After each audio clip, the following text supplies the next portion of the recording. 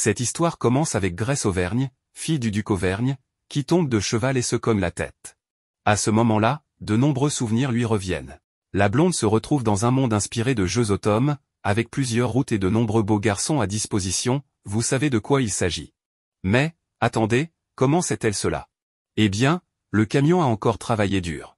Cette fois-ci, il a envoyé un vieil homme dans le corps de cette blonde.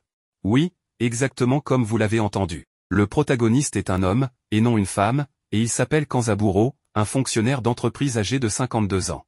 Clairement, il n'arrive pas à croire ce qui lui arrive, car cela ressemble à une mauvaise blague de la part de celui qui l'a envoyé dans cette nouvelle vie. Pour couronner le tout, bien qu'il ait des connaissances de base d'otaku lui permettant de comprendre comment fonctionnent les isekai, il ne sait rien des mécaniques des jeux automne.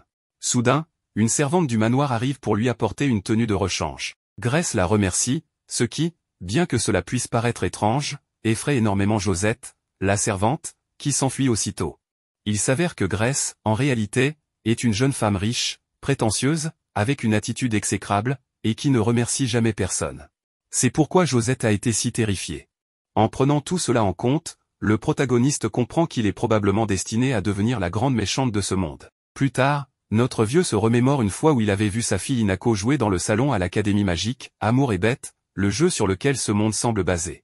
À l'époque, Kanzaburo, en tant qu'ancien otaku expert, connaissait déjà un peu cet univers des nouvelles générations de jeux automne. Le protagoniste est sûr d'être dans le monde de ce jeu et comprend également qu'il est destiné à jouer le rôle de la méchante. Actuellement, il est étudiant à la Royal Academy de Magie. C'est là qu'il rencontre Anadole, une fille très joyeuse et maladroite, avec laquelle de nombreux joueurs s'identifient. Bien sûr, Anna est la protagoniste du jeu vidéo. Il se souvient que sa fille l'adorait pour son grand enthousiasme et parce qu'Anna allait traverser des épreuves difficiles. Par exemple, dans le jeu, Grace discrimine Anna et la fait se sentir mal en insistant sur le fait que seuls les nobles peuvent entrer à l'académie. Rappelons que notre protagoniste est la méchante du jeu. Cependant, il se demande pourquoi il a été réincarné en tant que méchante d'un jeu automne et non en un héros surpuissant, comme d'habitude. Et, honnêtement, je me pose la même question. Grace entre en scène, arrête Anna et lui rappelle que, bien qu'elle ait réussi l'examen avec la meilleure note, cette académie est un lieu spécial où seuls les nobles sont autorisés. Elle veut donc savoir ce qu'Anna fait ici. Toutefois, elle se répond à elle-même, supposant qu'Anna a probablement atteint cette académie grâce à une éducation prodiguée par des parents très aimants. Anna reste surprise, et le protagoniste sait qu'il a fait une erreur, car il est sorti de son rôle de méchante en se laissant guider par ses instincts paternels. Cela fait pleurer Anna, qui n'aurait jamais imaginé qu'un membre de la noblesse parle aussi gentiment de ses parents. Tout le monde commence à croire que Grace a dit quelque chose de terriblement méchant pour faire pleurer une plébéienne, alors elle emmène Anna dans un autre endroit. Là-bas, Grace lui demande si elle se sent un peu mieux. Anna répond que oui, expliquant qu'elle a laissé ses émotions déborder. Grace lui conseille alors que, dans cet endroit où se trouvent des personnes de très haute classe, il est rare de voir des gens se laisser emporter par leurs émotions. La jeune fille aux cheveux roses remercie Grace pour ses conseils, mais elle ne peut s'empêcher d'être émue. Ses parents, après avoir découvert qu'elle avait un grand talent pour la magie, ont beaucoup travaillé pour lui permettre d'étudier ici. Grace la félicite et lui dit qu'elle attend de grandes choses d'elle, afin que ses parents soient fiers. Anna promet, de son côté, de faire de son mieux pour que ses parents aient une vie luxueuse, comme ils le méritent. Les deux continuent de discuter un moment jusqu'à ce qu'un blond séduisant, nommé Virgile, arrive en demandant pourquoi Grace fait pleurer les gens si tôt le matin. Le vieux reconnaît ce personnage grâce au souvenir de Grace. Virgile est l'un des prétendants possibles du jeu et également le prince du royaume. De plus, il est fiancé à Grace. Oui, ça commence à devenir étrange à raconter. Grace engage la conversation avec Virgile, mais elle l'appelle Votre Altesse, car le vieil homme n'arrive pas à se souvenir de son nom. Cela s'explique par le fait qu'avec près de 60 ans d'expérience mentale, il a accumulé tellement de noms qu'il lui est difficile de se souvenir du bon de temps en temps. Heureusement, Anna se présente au prince, ce qui est une bonne chose, car cela donne au vieux une chance de se rappeler du nom de Virgile. Il se souvient également qu'il est courant, dans la noblesse, de ne pas se présenter soi-même mais de laisser un accompagnateur le faire. Grace saisit donc l'occasion pour présenter Anna au prince et laisse cette dernière deviner son nom. Par chance, Anna y parvient, et le protagoniste peut souffler un peu. Virgile prend congé, leur donnant rendez-vous à la cérémonie d'entrée. Le protagoniste trouve cette scène familière et se souvient que sa fille lui avait expliqué que, dans le jeu, après qu'Anna a été humiliée par Grace, elle partait pleurer dans le jardin, où elle rencontrait le prince Virgile, déclenchant ainsi la route du prince. Grace demande à Anna ce qu'elle pense du prince. Anna répond qu'il semble être une bonne personne. Le vieux commence à croire qu'il y a déjà un soupçon d'amour dans cette réponse, mais cette idée est interrompue lorsqu'Anna exprime son désir de devenir amie avec Grace. Elle demande si elle peut commencer à l'appeler Mademoiselle Grace, ce à quoi cette dernière répond qu'il n'y a aucun problème. Plus tard, à l'intérieur de l'académie, le protagoniste est fier de lui-même. Malgré le fait qu'il ne soit pas réellement une jeune femme de la noblesse, il s'en sort bien, et personne ne semble s'en douter. Soudain, il rencontre un vieil homme qui dit être ravi d'avoir Grace à l'académie. Grâce au souvenir de Grace, le protagoniste se rappelle que cet homme est le directeur de l'académie. Le problème est que, encore une fois, il n'arrive pas à se souvenir de son nom. Mais comme il porte le titre de directeur, il finit par l'appeler ainsi, et le problème est résolu. Cela dit, tout le monde est surpris par le comportement si élégant du vieux ou plutôt de Grace. On dirait que ce type sait bien se comporter comme une dame de la haute société. Après la cérémonie, Grace est nommée représentante des étudiants et assiste maintenant à son premier cours. Le vieux admet que, bien qu'il ne s'attendait pas à tout cela, il est très excité à l'idée d'étudier la magie. Cependant, le fait qu'Anna se soit attachée à lui, supposée être la méchante, est un gros problème. Profitant de l'occasion pendant qu'Anna lui parle en pleine classe, il la réprimande en lui disant qu'elle devrait faire plus attention. Apparemment, cela aurait dû diminuer l'affection qu'elle lui porte, mais malheureusement, c'est le contraire qui se produit. Anna pense que cette remarque prouve que Grace se soucie d'elle. Elle décide donc de prendre en compte ses conseils et de faire des efforts pour ne pas la décevoir, en tant que nouvelle amie. Anna est impressionnée par l'élégance de Grace, qui semble si raffinée en lisant son livre, et elle aimerait avoir autant de concentration en lisant. Cependant, en réalité, le vieux avait auparavant du mal à lire, avec ses doigts qui glissaient sur les pages et d'autres petites gênes. Maintenant, il est ravi de ne plus avoir ces problèmes. Anna continue d'admirer Grace, mais l'enseignante demande à tout le monde de prêter attention, car elle va leur remettre quelque chose de très important. Pendant ce temps, on aperçoit un roux nommé Auguste, qui vient saluer Virgile et lui demander s'il y a des nouvelles concernant les nouveaux étudiants qui pourraient rejoindre le conseil. Selon le prince, en considérant les aptitudes et le talent, Anna est la meilleure candidate et pourrait être une excellente recrue. Cependant, en tenant compte des accomplissements et du statut, Grace est également une très bonne option. Auguste estime que Grace n'est pas une mauvaise personne, mais son attitude sévère pourrait poser problème aux autres. En fait, il doute qu'elle puisse s'entendre avec une plébéienne comme Anna. Le prince dit qu'il comprend et pensait de la même façon, mais d'après ce qu'il a observé, Grace a beaucoup changé, et ce, pour le mieux. Pour l'instant, Auguste veut voir comment les choses évoluent avant de décider qui devrait rejoindre le conseil. De retour avec Anna et Grace, elles se rendent au réfectoire de l'académie, où il y a une grande variété de nourriture. Le vieux doit admettre qu'il aurait adoré étudier dans un endroit proposant un tel festin. Dommage qu'à son époque, il n'y avait même pas de toilette. Anna est excitée en voyant autant de nourriture, et le vieux l'est tout autant. La jeune fille aux cheveux roses veut emporter un peu de nourriture pour la partager avec sa famille, mais Grace lui rappelle que le réfectoire est un autre lieu d'apprentissage et qu'il est important d'y appliquer les meilleures manières possibles. Elle ajoute que prendre de la nourriture pour sa famille est inapproprié. Regardez simplement comment le vieux se sent en disant cela, il se sent à nouveau comme une vraie méchante. Il pense qu'il fait de la peine à son ami, mais non, Anna se sent simplement bien instruite. Tout à coup, un problème commence à se faire entendre entre un groupe de filles et un serveur. Ces jeunes femmes ne peuvent pas croire qu'elles doivent se servir elles-mêmes et porter leur nourriture à leur table. Le serveur leur explique que ce sont les règles de l'académie, car les serviteurs ne sont pas autorisés. Malgré tout, les filles n'acceptent pas cette réponse. Le protagoniste réalise que ce genre de comportement de fille gâtée est très courant dans cet endroit. Il décide donc d'éviter d'agir ainsi, car cela ne convient pas à une méchante. Au lieu de cela, il va se servir lui-même et apporte sa nourriture à sa table. Le serveur le félicite pour son bon comportement, digne de la fille d'un duc. Les autres filles finissent par suivre son exemple. Le protagoniste se sent soulagé de constater que ses bonnes manières lui ont été utiles dans ce moment précis. Bien qu'il considère ce monde comme celui d'un jeu vidéo, il réalise que les personnes qui l'entourent sont réelles et qu'il doit les traiter avec beaucoup de respect. Tout comme dans sa vie passée, où il était une personne ordinaire, il montrait toujours du respect et de la gratitude, même envers les cuisiniers qu'il félicitait chaque fois que cela était mérité. Dans cette situation, il fait la même chose. Apparemment, tout le monde présent est ravi qu'une personne comme lui félicite le chef, et cela devient progressivement une tradition dans toute l'académie. Dans sa vie précédente, Kanzaburo était un otaku irréductible. Bien qu'il ait été fonctionnaire et qu'il ait eu 52 ans, il avait félicité sa fille pour avoir suivi ses enseignements. Ken et sa fille étaient tellement enthousiastes à propos des produits officiels qu'ils ont même fait une pause typique d'otaku.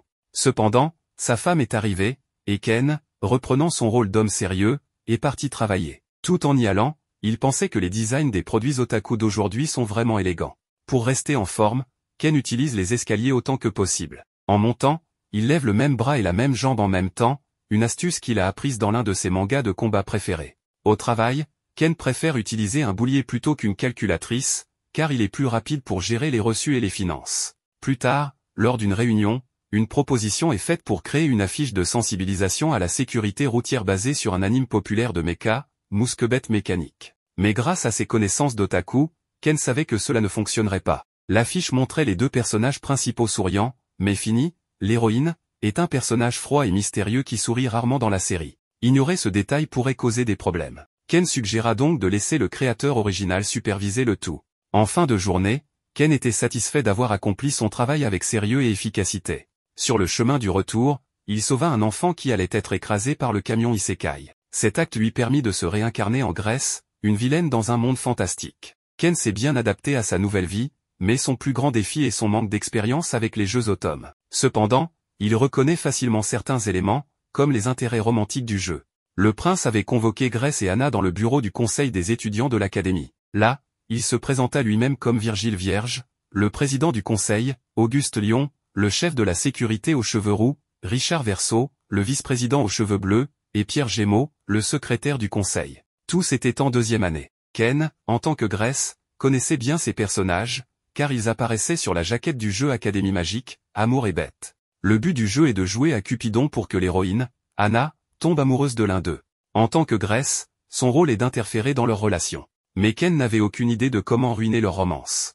Le prince alla droit au but et invita Grace et Anna à rejoindre le conseil des étudiants. Anna, nerveuse, demanda si c'était vraiment acceptable, étant donné qu'elle était une roturière dans une académie d'aristocrates. Virgile demanda à Grace de répondre. Ken, avec les connaissances de Grace, expliqua que le président du conseil choisit les nouveaux membres en fonction de leur réalisation.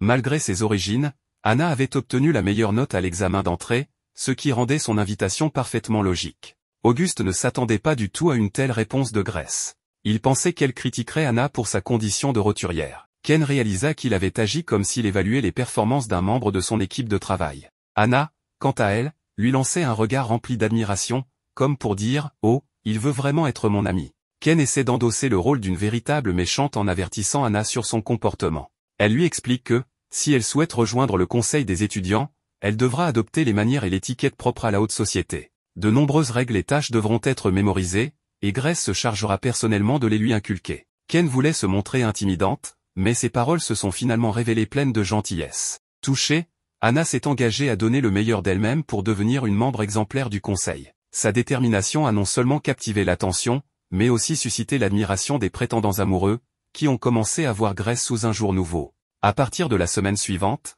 Anna et Grace rejoindront officiellement le conseil. Lorsqu'elles ont quitté la salle, Anna a partagé son sentiment de vivre un rêve. Mais Grace, se croyant maligne, lui a rappelé que c'était la réalité. Satisfaite, Ken a conclu qu'elle avait suffisamment joué son rôle de méchante pour la journée. Quant à la romance du jeu, Ken espérait découvrir, grâce à leur proximité dans le conseil, lequel des prétendants Anna choisirait.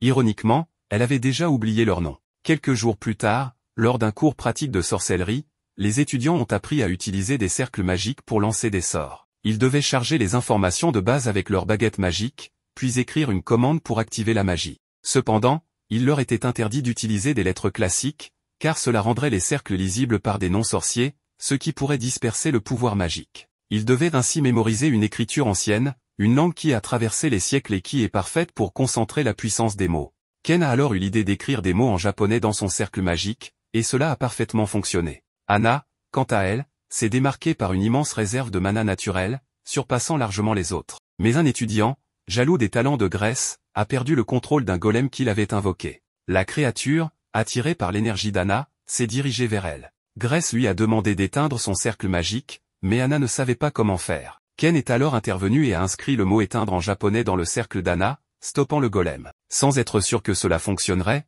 elle a réussi et s'en est félicitée. Pendant ce temps, Josette, une apprentie servante du domaine d'Auvergne, était préoccupée par le comportement inhabituellement gentil de Grace. Une rumeur disait que Grace envisageait de licencier tout le personnel. Déstabilisée par cette idée, Josette a laissé tomber une cruche et s'est aussitôt convaincue qu'elle allait être renvoyée. Grace est arrivée sur les lieux et, à la surprise de Josette, lui a simplement demandé si elle allait bien. La jeune servante, paniquée, s'est excusée en suppliant qu'on la réaffecte ailleurs. Ken a rapidement compris la situation et a rassuré Josette en lui disant qu'elle ne serait pas renvoyée. Elle lui a rappelé que tout le monde fait des erreurs, surtout lorsqu'on est en formation. Si Grace licenciait toutes ses servantes à chaque erreur, alors aucune d'entre elles ne pourrait jamais devenir une véritable professionnelle. Malgré tout ce que la protagoniste avait dit, Josette restait encore inquiète. Ken, tentant de détendre l'atmosphère, a proposé à Josette de goûter les biscuits qu'elle était en train de manger. Josette hésitait, pensant que cela pourrait être un piège tendu par Grace. Cependant, l'odeur alléchante du biscuit l'a finalement convaincue,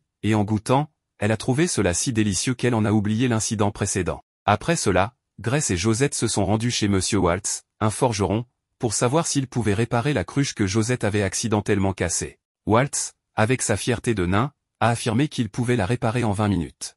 La protagoniste est restée observer Waltz travailler, car, dans toutes les histoires de fantasy, les nains sont les meilleurs artisans. Pour Ken, voir un tel artisan en action était une véritable merveille. Cela l'a toutefois amené à réfléchir, à voir ce niveau de détail sur un élément aussi anodin dans un jeu lui faisait penser que ce monde n'était peut-être pas simplement limité à l'univers d'un jeu vidéo ou d'un automne game. Quelques minutes plus tard, la cruche était totalement réparée. Grace a remercié Waltz, mais celui-ci a mentionné qu'il n'avait pas vu Grace depuis longtemps.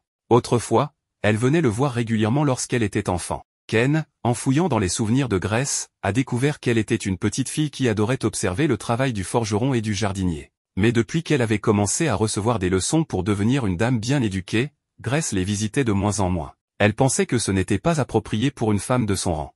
Elle était devenue plus stricte envers elle-même et envers les autres, au point de traiter ses serviteurs avec une extrême dureté. C'est ce qui a fini par transformer Grace en la méchante au cœur froid qu'elle est aujourd'hui. Pourtant, au fond, elle reste une personne bien plus gentille qu'elle ne le laisse paraître. Ken a été sorti de ses pensées par Josette. Grace a alors demandé au forgeron si elle pouvait revenir le voir plus souvent. Waltz a trouvé cette question absurde, lui rappelant que cette propriété appartenait à son père et qu'elle pouvait venir autant de fois qu'elle le voulait. Quelques jours plus tard, Grace est retournée voir Waltz avec un plan pour qu'il fabrique un abaque. Quelques jours plus tard, le Conseil, une organisation autonome dirigée par Virgile, décide d'intégrer Grace et Anna comme ses membres les plus récents. Actuellement, tous les prétendants amoureux d'Anna ainsi que les deux filles, Anna et Grace, font partie du Conseil. Cependant, Ken a du mal à retenir les noms des membres, au point de devoir les écrire sur son éventail. Comme cette école est destinée à l'aristocratie, les membres du conseil sont formés à gouverner le corps étudiant, une préparation à occuper des postes de pouvoir. C'est précisément cette perspective qui fait d'eux des candidats idéaux pour un futur romantique avec Anna.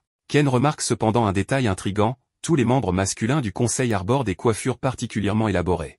Il en déduit que dans ce monde, des coiffures extravagantes sont un signe de popularité. Partant de cette observation, Ken pense que l'opinion d'Anna sur les coiffures pourrait influencer son choix romantique. À ce propos, Grace demande à Anna ce qu'elle pense des gens ayant une chevelure abondante. Anna, comprenant que Grace fait référence à ses propres cheveux, répond qu'elle idolâtre les personnes avec de magnifiques cheveux lâchés. Cela amène Ken à penser qu'Anna pourrait être attirée par le vice-président, avec sa longue chevelure, ou encore par le prince, avec sa crinière dorée impressionnante. Néanmoins, Ken espère qu'Anna choisira une personne qui lui apportera le plus de bonheur. De son côté, Anna se demande ce que fait Grace pour entretenir ses boucles si belles et soignées. Pendant ce temps, Ken se remémore une conversation de sa vie passée avec sa fille, où elle lui avait dit que le prétendant le plus difficile à conquérir était le prince Virgile. Bien qu'il semble aimable avec tout le monde, le prince juge les gens uniquement en fonction de leur utilité pour le royaume. Selon Ken, Anna devra donc mettre en valeur ses talents pour attirer l'attention du prince. Plus tard, lors d'une réunion du conseil étudiant,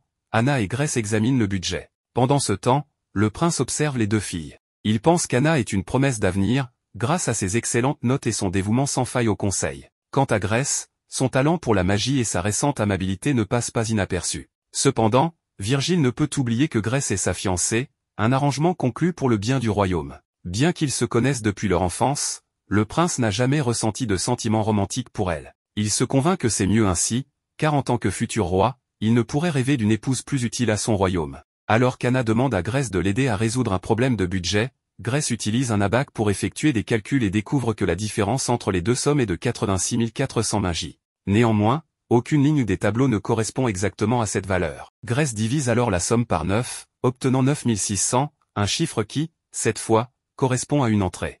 Elle explique que cela s'explique par une erreur fréquente, lorsqu'un chiffre est ajouté à un nombre par erreur, la valeur totale est multipliée par 10. Diviser par 9 permet donc de retrouver la valeur d'origine. Le prince, étonné par les compétences inattendues de Grace en mathématiques, se rappelle qu'elle prétendait ne pas être douée pour les chiffres. Pour se justifier, Grace mentionne que ce savoir lui est venu par chance. Un jour, à la bibliothèque, un livre était tombé et s'était ouvert sur une page expliquant ce concept. Évidemment, Ken savait que c'était une très mauvaise excuse, alors il décida de changer de sujet et dit au prince que le plus important était de reconnaître Anna. En effet, c'est elle qui avait calculé sérieusement tous ces chiffres, une tâche que la plupart des gens trouveraient ennuyeuse. Bien que Grace ait dit tout cela, ce n'était pas suffisant pour tromper l'œil avisé de Virgile. Ce dernier savait très bien que la blonde était très compétitive et qu'elle avait probablement surmonté ses défauts en passant de longues heures à étudier les mathématiques en secret. Cependant, il décida de ne rien dire. Non satisfaite de ses efforts, Grace partagea même ses éloges avec l'une de ses camarades. Ainsi, ce mélange de talent et d'humilité fit que l'estime du prince pour elle augmenta considérablement. Maintenant, Virgile pensait que sa fiancée était un atout incroyable pour le royaume. Plus tard, on apprend que, bien que tous les membres du conseil soient populaires, la question de savoir lequel d'entre eux est le plus fort reste en suspens. L'un des principaux candidats est Auguste, qui peut utiliser la magie pour augmenter ses capacités physiques et est spécialisé dans les arts martiaux. L'autre grand candidat est Richard, un maître d'escrime utilisant les techniques mythiques d'un style de combat transmis dans sa famille. Le prince donna alors le signal pour qu'ils commencent leur entraînement. Les deux se mirent à combattre avec une telle intensité que Ken fut émerveillé par l'ampleur des batailles de ce monde, qu'il avait sous-estimé en pensant qu'il s'agissait d'un simple jeu. À la fin de l'entraînement, Auguste et Richard décidèrent d'un match nul, mais soudain, un insecte s'introduisit dans le dos d'Auguste. Ce dernier demanda à Richard de l'enlever, mais Richard refusa, car il n'aimait pas non plus les insectes. Grace intervint rapidement et se débarrassa de l'insecte, réalisant qu'il s'agissait d'un scarabée cerf. Ken fut extrêmement excité intérieurement, car cet insecte était une véritable superstar en entomologie. Malgré cela, Auguste suggéra de tuer immédiatement le scarabée, mais Grace refusa catégoriquement de faire une chose aussi cruelle. Elle invoqua un cercle magique et ordonna à l'insecte de retourner chez lui. Elle expliqua au garçon que tous les êtres vivants faisaient partie de la grande œuvre de la nature, et que tuer un insecte sans une bonne raison était indigne de ceux ayant du sang noble. Par cette action bienveillante, Grace gagna également l'admiration d'Auguste. Plus tard, Richard emmena Grace et Anna dans une salle blindée de l'académie contenant des pièces d'armement inestimables, offertes par d'anciens élèves illustres. Il incombait au conseil étudiant de les maintenir en bon état. Richard commença à expliquer l'histoire de chaque arme, tout en faisant des blagues de type humour de papa. Cela surprit les filles, et le prince expliqua que c'était précisément pour cette raison que Richard parlait rarement en public, car beaucoup de gens lui avaient dit d'éviter de le faire. Pendant que Richard expliquait les 3 dernières épées, qui étaient ses préférées, Grace répliqua avec une triple combinaison de blagues, jouant sur les mots. Cela amusa Richard, qui la reconnut comme une véritable experte en blagues. Peu de temps après, une rumeur circula dans l'académie, affirmant que Grace régnait sur le conseil. Un mois après qu'Anna eut commencé à vivre dans les dortoirs de l'académie, elle écrivit une lettre à ses parents pour leur raconter tout ce qui s'était passé. Dans cette lettre, elle fit l'éloge de tous ses camarades du conseil étudiant, mais en particulier de Grace.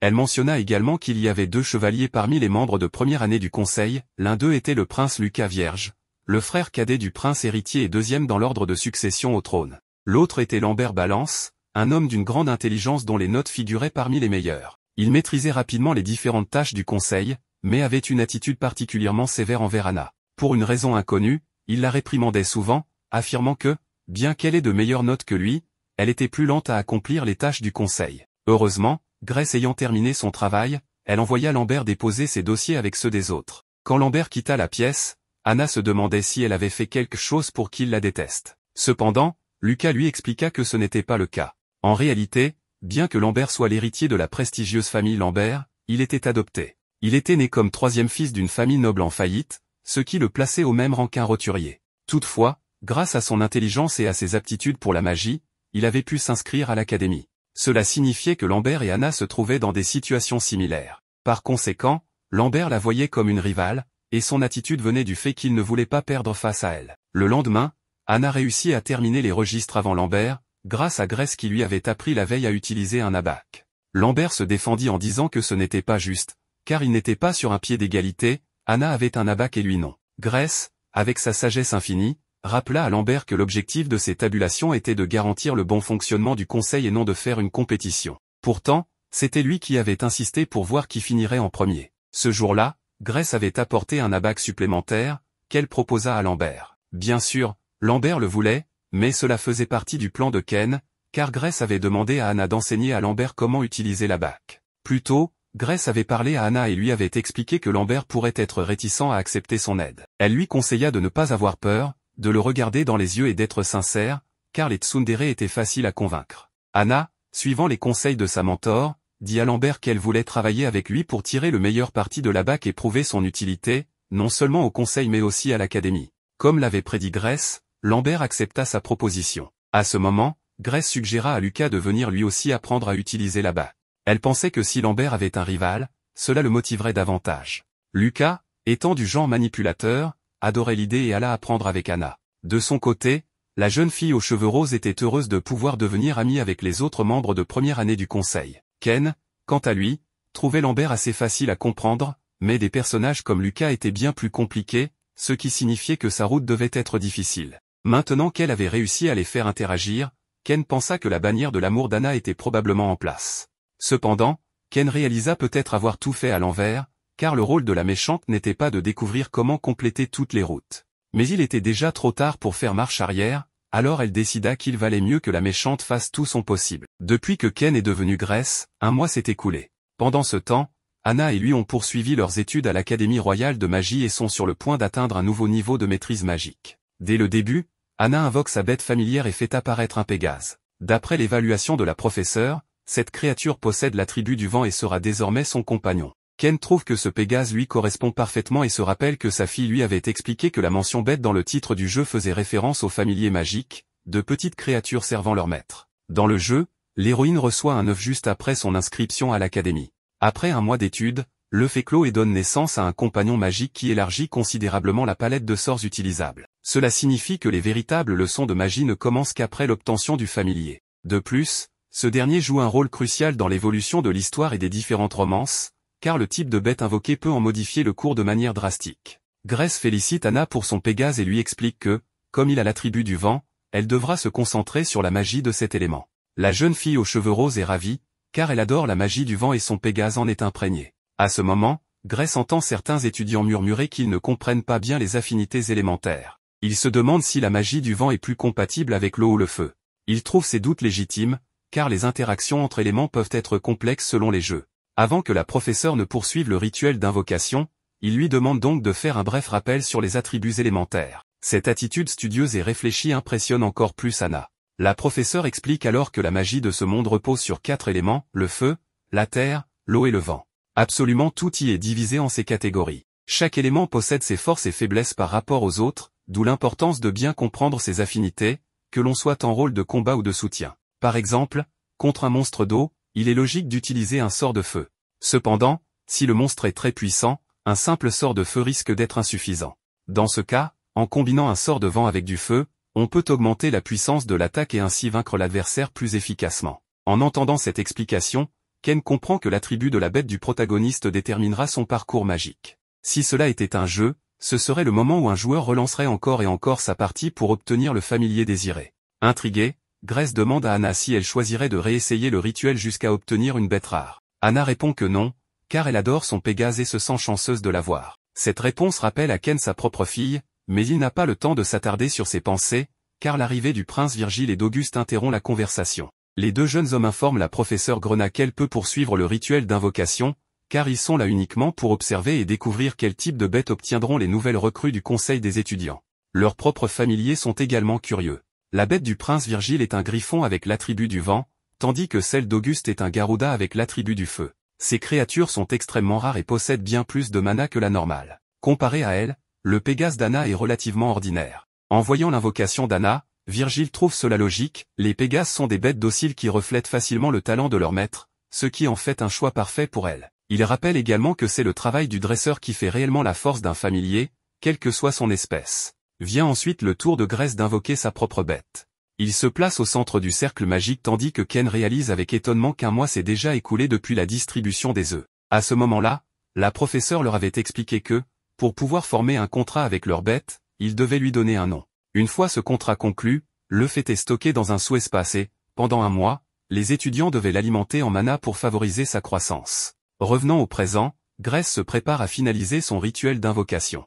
Il se dit que, maintenant qu'Anna a déjà invoqué sa propre bête et qu'elle est l'héroïne du jeu, plus personne ne devrait vraiment s'intéresser aux résultats de son invocation. Mais il se trompe lourdement, Auguste espère vivement qu'il obtiendra une bête de feu, car cela correspondrait bien à sa propre affinité. De plus, selon lui, ce serait un choix parfait pour Grèce, dont la personnalité reflète cet élément.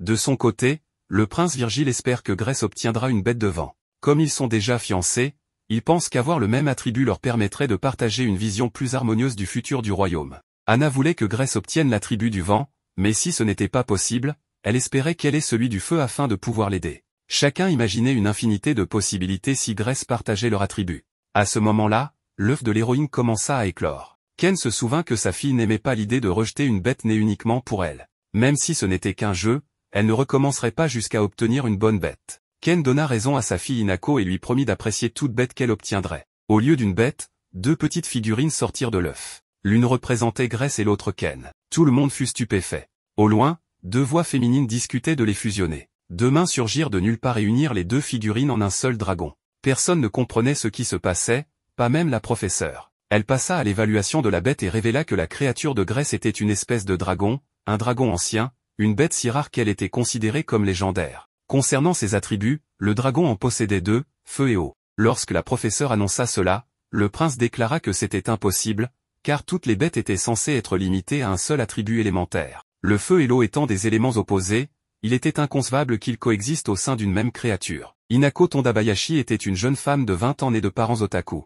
Elle jouait à Académie Magique, Amour et Bête lorsqu'elle reçut un appel l'informant que son père Ken avait eu un accident. Elle et sa mère se précipitèrent à l'hôpital, où le médecin leur expliqua que, bien que Ken ait reçu un violent coup à la tête, son cerveau n'avait subi aucun dommage. Pour une raison inconnue, il ne se réveillait pas. Ses ondes cérébrales indiquaient un état proche du sommeil. Les médecins décidèrent de le garder à l'hôpital pour lui faire plus d'examens. Voyant que sa mère était inquiète, Hinako lui assura que son père irait bien et que, dès son réveil, il commencerait sûrement à dire des absurdités. Après tout, il était impensable qu'après avoir sauvé un enfant, il finisse dans le coma pour toujours. Ces paroles redonnèrent un peu d'espoir à sa mère. Plus tard, Hinako rentra la première à la maison et remarqua que la télévision était allumée sans raison apparente. Ni la télécommande de la télévision ni celle du jeu ne fonctionnaient. Elle se rendit compte que le jeu était à la scène où Grace et Anna se rencontraient pour la première fois. Les dialogues de la méchante avaient changé et le jeu affichait Ken. Quand sa mère rentra, Hinako lui expliqua que Ken était en réalité piégé dans le jeu. Contre toute attente, sa mère la crut immédiatement. Hinako détailla la situation et, bien que les dialogues aient changé, elle pouvait encore progresser dans l'histoire. Elles consultèrent le journal du jeu pour voir où en était l'histoire. Elles y trouvèrent un passage où Ken remerciait un chef cuisinier pour son repas, confirmant qu'il était bel et bien dans le jeu. La question se posait alors de savoir comment récupérer l'esprit de Ken. Hinako pensa que la solution la plus logique était de terminer le jeu, mais cela ne garantissait pas le retour de Ken. Elles décidèrent que Hinako continuerait à jouer pour voir ce qui se passerait. Elle passa toute la nuit à jouer et, le lendemain, annonça à sa mère qu'elle avait réussi à avancer d'1 mois dans l'histoire du jeu. Cela signifiait que le temps s'écoulait différemment dans le jeu et dans le monde réel. Elle était parvenue au premier grand événement du jeu, le rituel d'invocation de la bête. Le jeu lui demanda si elle voulait donner un coup de main à Grace dans son invocation. C'était la première fois qu'une option lui était proposée, car jusqu'ici, elle était restée bloquée sur un chemin déterminé. Hinako réalisa que cela signifiait qu'elle pouvait influencer l'histoire. Elle ne comprenait pas comment aider, puisque l'invocation d'une bête reposait uniquement sur la chance. Le jeu semblait leur demander directement si elle voulait aider Ken. Hinako décida de tenter sa chance. Dès qu'elle accepta, les figurines de Grace et Ken apparurent à l'écran. Le jeu annonça que le mana de Grace et de Ken serait combiné pour créer une bête, demandant aux joueurs d'unir leur mana forme en utilisant ses mains pour un contact direct. Hinako doutait que cela fonctionne, car leur téléviseur était un vieux modèle. En approchant sa main de l'écran, elle découvrit qu'il ressemblait à un portail vers un autre monde. Elle y plongea ses mains et fusionna les 2 mana formes, faisant apparaître l'ancien dragon. Ensuite, le directeur de l'école magique analysa le dragon de Grace. Il mentionna que, bien qu'il ait vu plusieurs dragons anciens, jamais en toutes ces années il n'en avait vu un possédant 2 attributs. Quoi qu'il en soit, le directeur demanda à Grace de lancer des sorts en collaboration avec sa bête. Lors d'un test pratique, l'héroïne lança alors un tir de feu avec l'aide de sa bête sur une cible. Le sort était puissant et impressionnant, mais il ne s'agissait que d'un simple sort de feu ordinaire. Ensuite, Grace tenta également de lancer un sort d'eau, mais Orion, son dragon, ne lui obéit pas. En apprenant que Grace avait nommé son dragon Orion, le directeur lui fit remarquer que c'était un joli nom. Cependant, elle expliqua que ce n'était pas elle qui l'avait choisi, mais que c'était le nom affiché sur son écran de statistiques. Or, aucun des autres ne pouvait voir cet écran que seule l'héroïne pouvait apercevoir. Immédiatement, une option apparut à Grace, lui demandant si elle souhaitait changer d'attribut. Elle plaça alors son dragon en mode eau, et en un instant, il changea de couleur, passant du rouge au bleu. Grace tenta ensuite le même sort qu'auparavant, cette fois avec l'attribut eau, et ce fut un succès total. Elle prouva ainsi qu'elle pouvait utiliser efficacement les 2 types de magie. Toutefois, le directeur était curieux de savoir si Grace pouvait utiliser la magie de l'eau et du feu simultanément. Elle lui répondit que cela ne semblait pas possible, ou alors, si cela l'était, Elle n'avait aucune idée de la manière dont cela fonctionnerait. Quoi qu'il en soit, cela pourrait être découvert plus tard. Pour l'instant, le plus grand mystère restait de savoir comment la bête de Grèce était la seule à avoir manifesté deux attributs élémentaires différents. Poursuivant cette réflexion, le directeur demanda à l'héroïne si elle pouvait expliquer ce phénomène. Grèce répondit que oui et raconta que, juste avant de s'inscrire à l'Académie royale de magie, elle avait ressenti la présence d'une autre personne en elle. C'était comme si une nouvelle âme était née en elle, différente de celle qu'elle possédait auparavant. Peut-être que la combinaison de son ancien et de son nouvel être avait contribué à la création de sa bête. Le directeur interpréta les paroles de l'héroïne comme un passage vers la maturité, un éveil à son nouveau soi. Comme il avait entendu ses parents dire qu'elle était une fille très responsable, il supposa qu'elle avait ressenti le besoin de s'affirmer au sein de l'Académie, ce qui aurait donné naissance à une nouvelle personnalité. En d'autres termes, personne ne comprit réellement ce que l'héroïne voulait dire. Quoi qu'il en soit, le directeur informa Grèce qu'elle avait une grande responsabilité. À la fin de chaque semestre, un événement immersif appelé Exposition magique était organisé. Généralement, seuls les membres les plus éminents du conseil étudiant y participaient, mais cette fois, le directeur voulait qu'elle y prenne part. La jeune fille blonde dit au directeur que c'était une responsabilité bien trop lourde pour elle, mais il insista en affirmant qu'il n'y avait personne de plus qualifié pour ce rôle. Anna encouragea également l'héroïne à accepter, estimant qu'elle était la meilleure personne pour servir de modèle aux élèves. Ainsi, Grèce accepta, mais avertit Anna qu'elle aurait besoin de son aide. Pendant ce temps, dans le monde réel, Hinako et sa mère étaient soulagés que la créature de Ken ait été un succès. Cependant, la mère de Hinako ne comprenait toujours pas ce qui se passait avec les petites figurines représentant Ken et Grèce. Sa fille lui expliqua que cela signifiait probablement que leurs pouvoirs s'étaient combinés d'une manière ou d'une autre. Elles poursuivirent alors l'histoire. À ce moment-là, le jeu demanda à Hinako de choisir un nom pour la bête. Elle opta pour Orion, car c'était le nom d'un personnage de son anime d'enfance préféré. Orion était le nom d'un petit dinosaure, et comme son père regardait toujours cet anime avec elle, elle espérait que Ken réaliserait que c'était elle qui avait choisi ce nom. Cependant, le protagoniste pensa simplement que les développeurs du jeu étaient eux aussi fans de cet anime, ou que le nom Orion était tout simplement courant. C'est alors que quelqu'un sonna à la porte. La mère de Hinako alla voir qui c'était. Il s'agissait d'une personne livrant un colis nécessitant un paiement.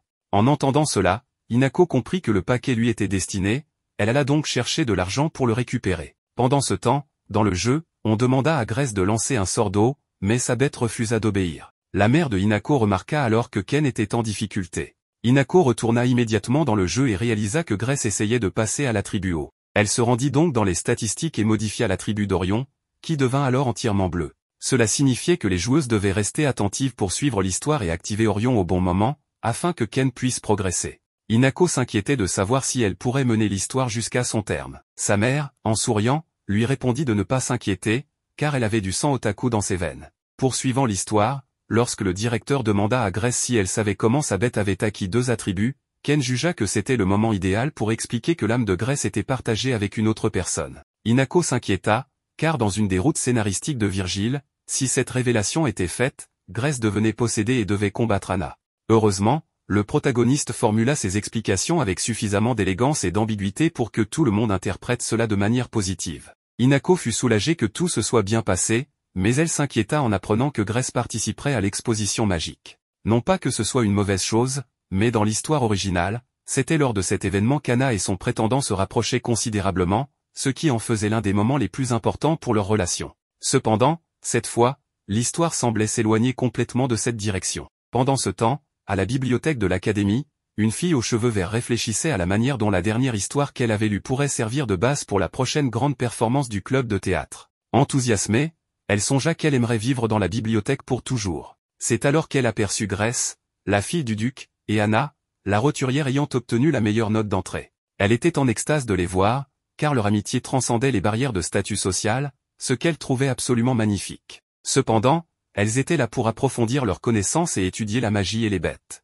Ken voulait particulièrement en apprendre plus sur Orion, la nouvelle bête de Grèce, ainsi que sur les mystérieuses mains flottantes aperçues lors du rituel. Il se demandait aussi à qui appartenait la voix entendue à ce moment-là. C'est alors que Grèce sentit une présence, et en levant la tête, elle aperçut le prince Virgile de loin. C'est alors que Pierre, le secrétaire du conseil des étudiants et assistant du prince héritier, arriva en hâte. Ken avait déjà oublié son nom, mais grâce à Anna, elle put le saluer correctement. Pierre était très pressé car il cherchait le prince. Cependant, ni Grèce ni Anna ne l'avaient vu. Il s'avéra que le prince disparaissait souvent, car bien que Pierre soit un excellent assistant, il était aussi très formel et rigide. Cette attitude mettait parfois tant de pression sur le prince qu'il était obligé de se cacher pour respirer un peu.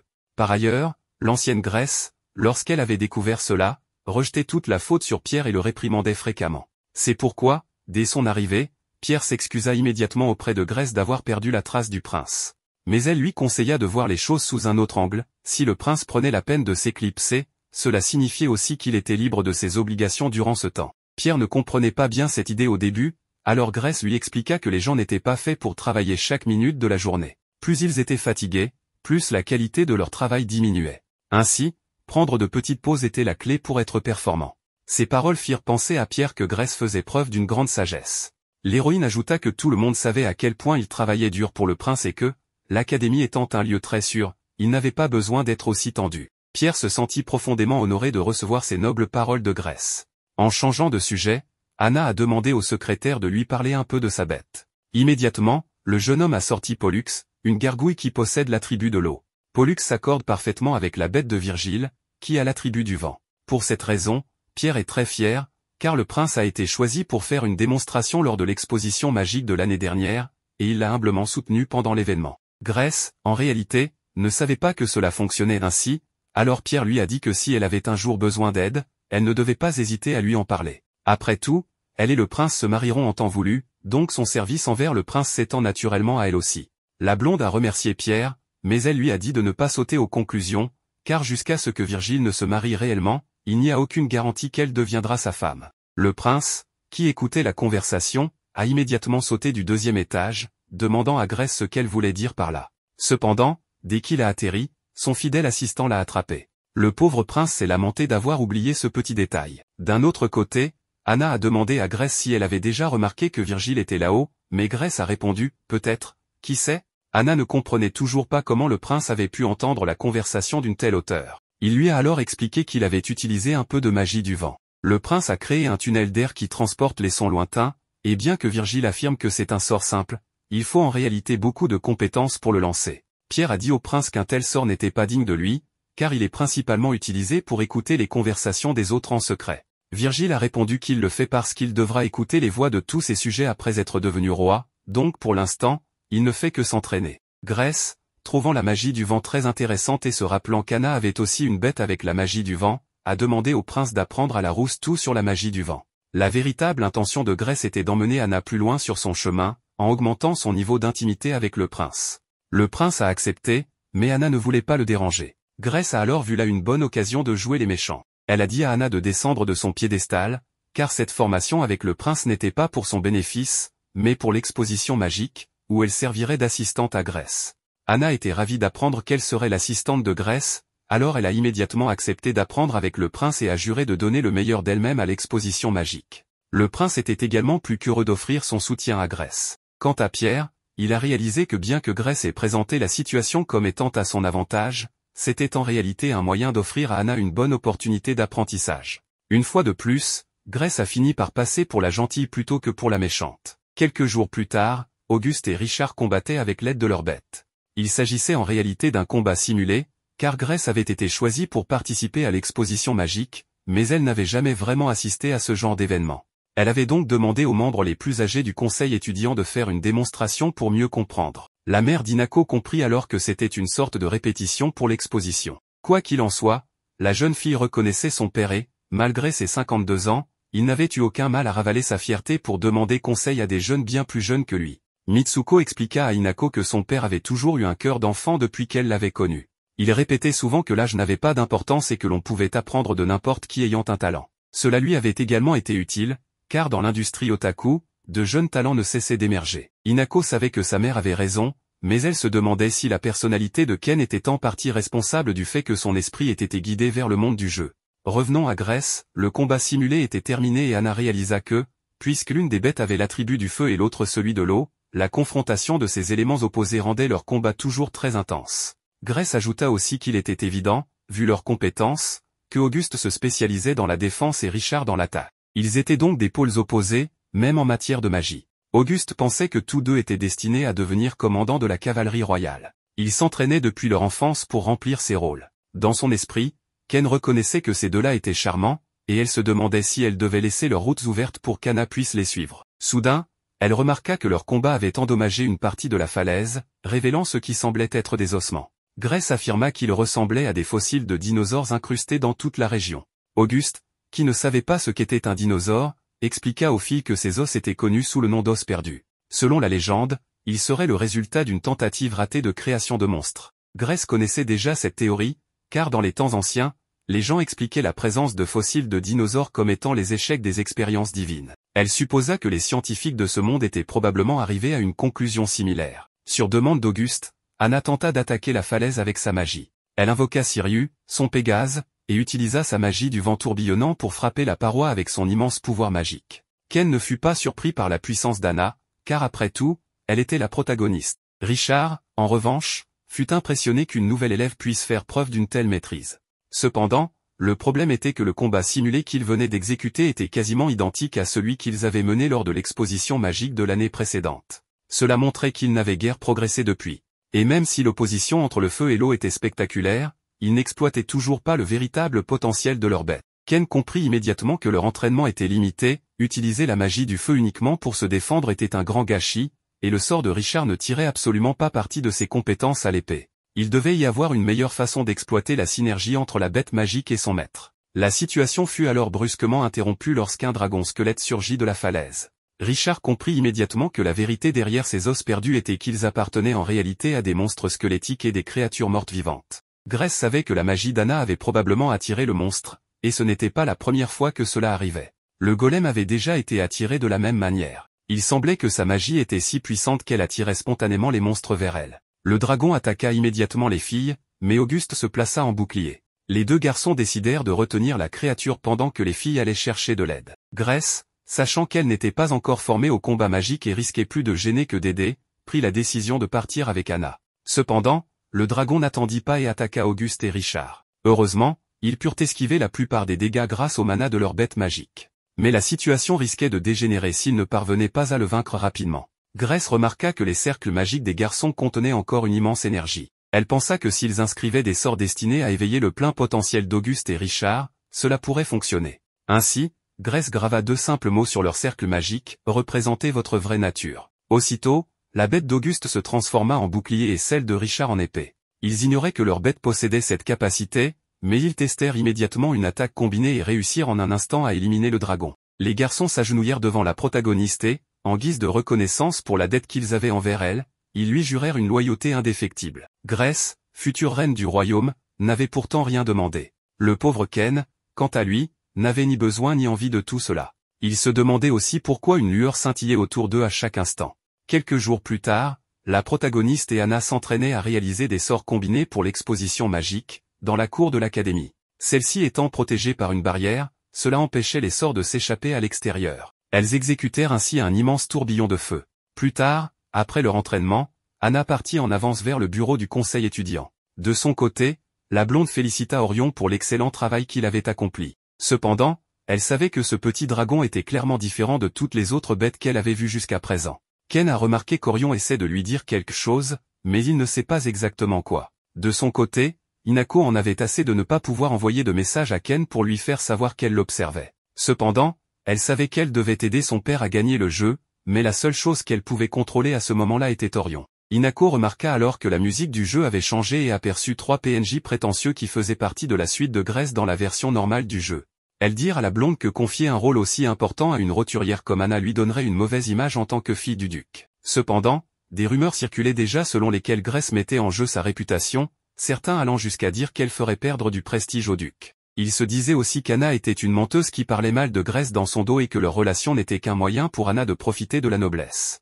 En entendant cela, Hinako s'énerva immédiatement. Pour elle, seuls ces 3 idiotes pouvaient diffuser de telles rumeurs. Sous l'effet de la colère et de l'inquiétude que son père tombe dans ce piège, elle appuya sur la manette, ce qui fit cracher une flamme à Orion. Rapidement, Grace calma son dragon et demanda aux 3 jeunes filles leur nom. La fille aux cheveux violets s'appelait Violet Corbeau, celle aux cheveux brun marron chouette, et celle du milieu jaune moineau. Grace leur rappela qu'en tant que fille de famille noble, elles devraient faire attention à leurs paroles, car la haute société pourrait les considérer comme de simples commères. Puis, elle se dirigea vers le conseil étudiant, tandis qu'Hinako resta impressionné par les compétences de son père, qui nota même les noms des 3 sur son éventail. Plus tard, au conseil étudiant, Grace expliqua à Lucas et au garçon aux cheveux violets qu'elle avait intégré une baguette magique à son éventail, qu'elle appelait le Magiventail. Elle trouvait en effet gênant de devoir se promener avec à la fois une baguette et un éventail, alors elle avait demandé à l'artisan de sa famille de les fusionner. L'idée était si géniale que même Lucas en voulait un, mais le garçon aux cheveux violets lui fit remarquer qu'il serait étrange pour un garçon de se balader avec un éventail. Anna suggéra alors qu'il pourrait l'intégrer dans un livre ou une mallette. En imaginant une baguette cachée dans un livre, le garçon aux cheveux violets trouva cela incroyablement stylé et demanda à Grace de le mettre en contact avec l'artisan. En changeant de sujet, Lucas félicita Grace pour sa participation à l'exposition magique dès son premier semestre, alors qu'Auguste et Virgile n'y étaient entrés qu'au troisième. Mais ce n'était pas tout, le talent d'Anna attira aussi l'attention. Même Lambert ressentit une pointe de jalousie en apprenant que Grace avait choisi Anna pour l'exposition magique, car il était évident que la jeune fille avait de grandes connaissances et des compétences en magie. De plus, son attribut se mariait parfaitement avec celui de la bête de Grace. Lambert déclara qu'Anna était la meilleure personne pour soutenir Grace lors de l'exposition, mais si elle échouait, il prendrait sa place la prochaine fois. Ken, quant à lui, était un père fier, voyant que cette petite compétition les pousserait tous les deux à se surpasser. Cependant, Lucas avertit Grace qu'Anna allait probablement traverser une période difficile, ce qui ne tarda pas à se confirmer. Dans l'après-midi, les trois filles tentèrent de convaincre Anna d'arrêter d'être l'assistante de Grace.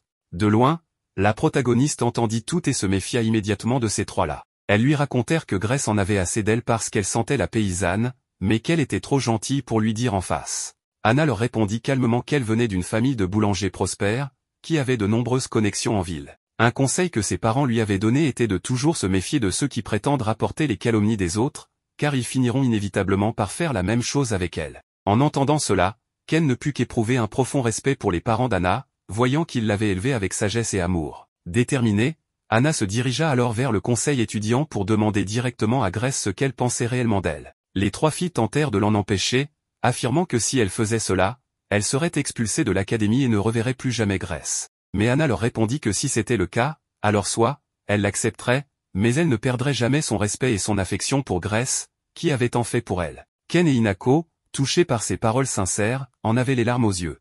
À cet instant, Grace apparut. Mais au lieu de gronder les trois filles, elle s'excusa auprès d'elles. Elle expliqua que si elle les réprimandait, cela risquerait de leur causer encore plus de problèmes. Elle préféra donc prendre la responsabilité du malentendu, en admettant qu'elle avait mal formulé ses propos. Enfin, la blonde déclara que l'académie était un lieu d'apprentissage, et qu'à partir de ce moment-là, elle espérait que toutes mettraient leurs différends de côté et deviendraient de véritables camarades. Plus tard, on nous raconte que la demeure des Auvergnes nécessite de nombreux employés pour assurer l'entretien impeccable de la résidence et de son luxuriant jardin. Le propriétaire n'est autre que le duc Léopold d'Auvergne. Lorsqu'il entra dans la demeure, il fut accueilli par sa fille, Grace. Il était très inquiet, ayant appris que la protagoniste était tombée de cheval, mais la blonde le rassura en lui disant qu'elle allait bien. Léopold, en tant que ministre des Finances du pays, doit souvent s'absenter, et cela faisait 2 mois qu'il n'était pas venu. Il impose une présence à la hauteur de son rang, bien qu'il n'ait que 45 ans plus jeune que Ken, ce qui donne au protagoniste l'impression de le tromper sur son âge. Aussitôt, Léopold fit apporter le cadeau qu'il avait ramené pour sa fille, un petit cheval en bois. Tous furent surpris par ce présent, et Ken comprit immédiatement que Léopold avait choisi ce cadeau parce qu'il se souvenait combien Grace adorait jouer avec des chevaux en bois lorsqu'elle était petite. Dans ses pensées, Ken se sentit soulagé que la véritable Grace ne soit pas là pour voir ça, car elle aurait très mal réagi. Les domestiques, eux, appréhendaient la réaction de Grace, mais la blonde déclara à son père qu'elle le remerciait d'avoir pensé qu'elle cherchait un cadeau pour l'anniversaire de son cousin François. En fouillant rapidement dans les souvenirs de Grace, Ken découvrit que François fêterait effectivement son anniversaire le mois suivant. Pour sauver la mise à son père, Grace ordonna à son majordome, Sébastien, de ne surtout pas imaginer que Léopold avait acheté ce cadeau pour elle, car jamais son père n'offrirait un cheval en bois à sa fille de 15 ans. Ainsi, les domestiques célébrèrent et félicitèrent Léopold pour avoir choisi un si bon cadeau pour son neveu, renforçant par la même occasion leur loyauté envers Grace. Plus tard, Ken songea que Léopold était un grand aristocrate, mais aussi un père maladroit, ce qu'il comprenait parfaitement, ayant lui-même eu du mal à accepter que sa fille grandisse. Quoi qu'il en soit, Grace partit avec sa jeune servante apporter des friandises à Waltz, profitant de l'occasion pour lui demander une faveur. En chemin, elle tomba sur Waltz et son père en train de jouer aux toupies. Ken ignorait que les toupies existaient dans ce monde, mais il pensa aussi que la vraie Grace ne savait probablement pas que son père appréciait ce jeu comme un enfant d'ouvrier, une attitude surprenante pour un aristocrate. On vit alors Léopold perdre la partie, et il remercia Waltz de toujours accepter de jouer avec lui. Il confia à son ami qu'il était un peu triste d'avoir mal choisi le cadeau de Grace et que, comble de tout, C'était elle qui avait préservé sa dignité devant les domestiques. Léopold ne se sentait pas digne de son titre de duc, étant après tout le fils cadet d'un noble de campagne. En réalité, c'était la mère de Grèce, Jacqueline, qui venait d'une famille éduquée, et Léopold avait obtenu son duché par mariage. Malgré ses nombreux succès en tant que ministre, il restait hanté par ses origines modestes. Face à cela, Ken ne pouvait rester les bras croisés. Grèce déclara alors à son père qu'il n'était pas juste qu'il s'amuse sans elle et lui demanda de lui apprendre à jouer au toupie. Décontenancé, Léopold ne sut que répondre, mais Grèce expliqua qu'elle rendait souvent visite à Maître Waltz en cachette de sa mère. Il commença donc à lui enseigner le jeu. Puis, elle ajouta que, même s'il venait d'une famille modeste et peu reconnue, cela n'avait aucune importance. Elle savait que Léopold était un homme dévoué, un père et un mari aimant qui se donnait entièrement à son devoir, et qu'il méritait tous les éloges. Ainsi, Grèce lui confia qu'elle l'admirait profondément. Revenant au jeu, elle remporta la partie, laissant son père stupéfait, bien qu'elle attribuât sa victoire à la chance du débutant. Quelques jours plus tard, dans les dortoirs de l'académie, Anna se leva comme d'habitude, mais en enfilant sa jupe d'uniforme, elle constata qu'elle ne lui allait plus. Peu importe, ce jour-là marquait le début des examens pratiques de magie. Anna arriva en hâte, s'excusant auprès de Grèce pour son retard, mais la blonde lui assura qu'elle était à l'heure et, remarquant sa cravate de travers, la lui ajusta. Inako, qui observait la scène, trouva étrange de voir son père se comporter si naturellement comme une jeune fille. Sa mère partageait cet avis, bien qu'elle savait que Ken avait activé son mode élégance, elle trouvait incroyable qu'il se soit adapté aussi vite. Mitsuko plaisanta même avec Inako, lui demandant d'imaginer si Ken continuait ainsi même après son réveil, ce à quoi Inako répondit qu'elle espérait que non. Quoi qu'il en soit, ce jour était crucial, les examens de fin de trimestre débutaient. Si les élèves ordinaires devaient simplement montrer leurs compétences, les plus talentueux devaient se battre devant tous lors de la journée de l'exhibition magique. On vit alors Auguste et Richard livrer un combat épique sous les yeux de tous. Léopold, présent, fut impressionné qu'ils aient transformé leur bête en arme. Lorsque le doyen arriva, Léopold lui confia son étonnement face au niveau de magie des étudiants. Le doyen acquiesça, mais précisa que c'était Grèce qui avait enseigné ce sortilège. Peu après, le duel des garçons s'acheva, laissant place à Grèce et Anna. Auguste et Richard s'inclinèrent devant la blonde, qui, gênée, leur demanda de se relever, mais ils insistèrent qu'un bon chevalier devait rendre hommage à sa maîtresse. Léopold n'en revenait pas que sa fille ait enseigné ce sort. Le doyen expliqua qu'elle savait guider ses camarades et avait grandement aidé Anna, la boursière, à s'intégrer. Pour leur exhibition, Grèce et Anna devaient affronter la professeure Grenat. Depuis la foule, Géraud savait que Grenat utilisait toujours 3 mannequins magiques à vaincre, mais il nota que les premières années peinaient déjà face à des cibles fixes. Viser des objets volants multiples serait un défi colossal pour elle. Soudain, Grèce invoqua Orion et lança une énorme boule de feu, trop lente pour atteindre ses cibles, du moins selon Auguste et Richard. Mais Anna invoqua Sirius et, avec un tourbillon de vent, transforma la boule en un vortex enflammé qui abattit 2 mannequins. Le troisième tenta de fuir, mais Anna guida le vortex pour le détruire. Cette prouesse éblouit les spectateurs, et Grèce remercia Anna pour son excellent travail. Grenat félicita les filles, mais annonça que ce n'était pas fini, elle fusionna les 3 mannequins en une sorte d'araignée. Grèce lui envoya une boule de feu, inefficace contre la créature, dont la surface carbonisée révéla une structure métallique, changeant son attribut en terre. Sans hésiter, Grèce ordonna à Orion de modifier son attribut. Inako, ravi d'aider son père, vit Orion s'exécuter. Anna comprit que ce mannequin testait cette capacité et s'émerveilla du plan de Grenat. Grèce demanda alors à Anna de lancer un sort de vent, qu'elle renforcerait avec de l'eau, selon la théorie élémentaire où l'eau booste le vent. Anna hésitait à voler la vedette à Grèce, mais la mère d'Inako devina que Ken voulait mettre Anna en avant grâce à leur compatibilité magique. Inako doutait pourtant de la réussite, vu les faibles stats d'Anna, vie et mana bas, surtout après un sort puissant. Grèce insista, seule, Anna ne suffirait pas, elle avait besoin d'aide. Galvanisée, Anna invoqua Sirius et lança une tempête de vent, renforcée par le sort de glace de Grèce, formant une ventisca qui gela le mannequin. Un léger coup le fit voler en éclats, concluant leur démonstration. Plus tard, les garçons félicitèrent Grèce, mais elle attribua le succès à Anna. Léopold vint aussi les congratuler, remerciant Anna d'être l'amie de sa fille. Grèce vanta le mana impressionnant d'Anna, qui, modeste, répondit que Grèce l'avait porté jusqu'au bout, évoquant même son gain de poids depuis le début du semestre, un commentaire hors sujet. Inako se souvint alors qu'en 3e semaine, Grèce avait remarqué qu'Anna mangeait peu, cette dernière avait expliqué que la nourriture délicieuse de l'académie l'avait fait grossir. Ken, en père, aurait dit qu'un peu de rondeur va bien aux filles, mais après un mois dans la peau de Grèce, il comprenait leur réticence. Il conseilla donc à Anna de veiller à sa santé avant son poids, ajoutant avec tristesse qu'il aimait la voir manger avec appétit. Touchée, Anna décida de manger à sa faim et de compenser par du sport. Elle se mit à courir et prit des cours de magie et de combat, gagnant tant de muscles que sa jupe devint trop petite. En racontant cela, elle fit comprendre au garçon combien Grace l'avait inspiré, les faisant briller d'admiration pour la blonde, qu'il voyait comme une sainte digne d'être reine. Ken réalisa alors que ces éclats signalaient une hausse d'affinité.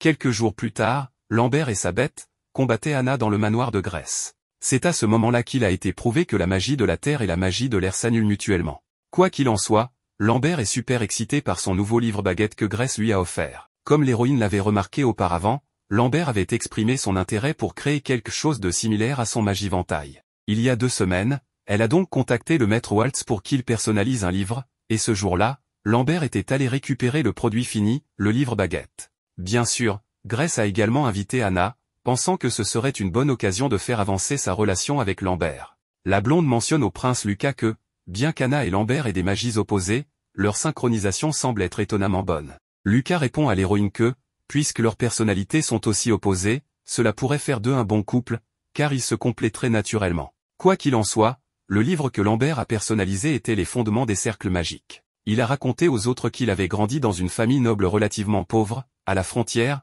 mais que ses parents n'avaient jamais lésiné sur les moyens pour offrir à lui et ses frères une bonne éducation. Ses frères aînés avaient été bénis avec des aptitudes au combat, alors leurs parents leur avaient offert de bons chevaux et des armes. Mais comme Lambert aimait la magie, il lui avait offert ce livre. Lambert se souvient encore avec émotion de la première fois qu'il a utilisé la magie. Son premier sort réussi a été un enchantement permettant de faire fleurir un arbre mourant. C'est à ce moment-là qu'il a compris que ce livre lui permettrait de faire fleurir sa vie avec de grandes fleurs de prospérité. Grace, en mode papa, lui dit alors qu'il devait sûrement rendre ses parents très fiers, et Anna était du même avis. Mais Lambert répond à la jeune fille aux cheveux roses qu'il imagine que ses propres parents doivent être encore plus fiers d'elle. Anna rougit immédiatement et remercie Lambert pour ses paroles bienveillantes. À ce moment-là, Grace ressent une atmosphère d'amour dans l'air et se met à penser que, puisqu'ils viennent tous les deux d'un milieu similaire, la route de Lambert pourrait être l'option la plus réaliste pour Anna. En prenant en compte le fait qu'Anna, Lambert et même le père de Grace sont des personnes issues de familles sans grand pouvoir, il semble assez normal, dans ce monde,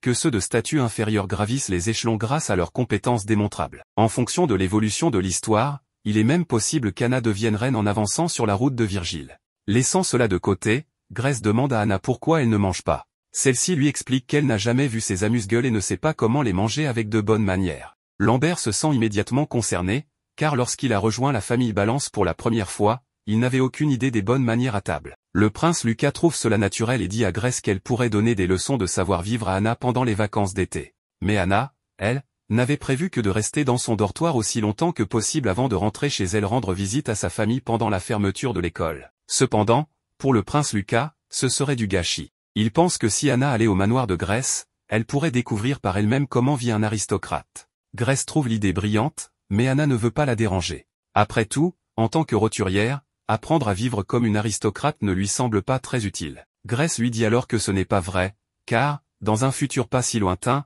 elle pourrait se retrouver au sommet du royaume, si jamais elle épousait le prince héritier Virgile. À ces mots, Anna commence à réfléchir. Le sommet du royaume, c'est évidemment la famille royale. Mais le prince héritier Virgile est déjà fiancé à Grace.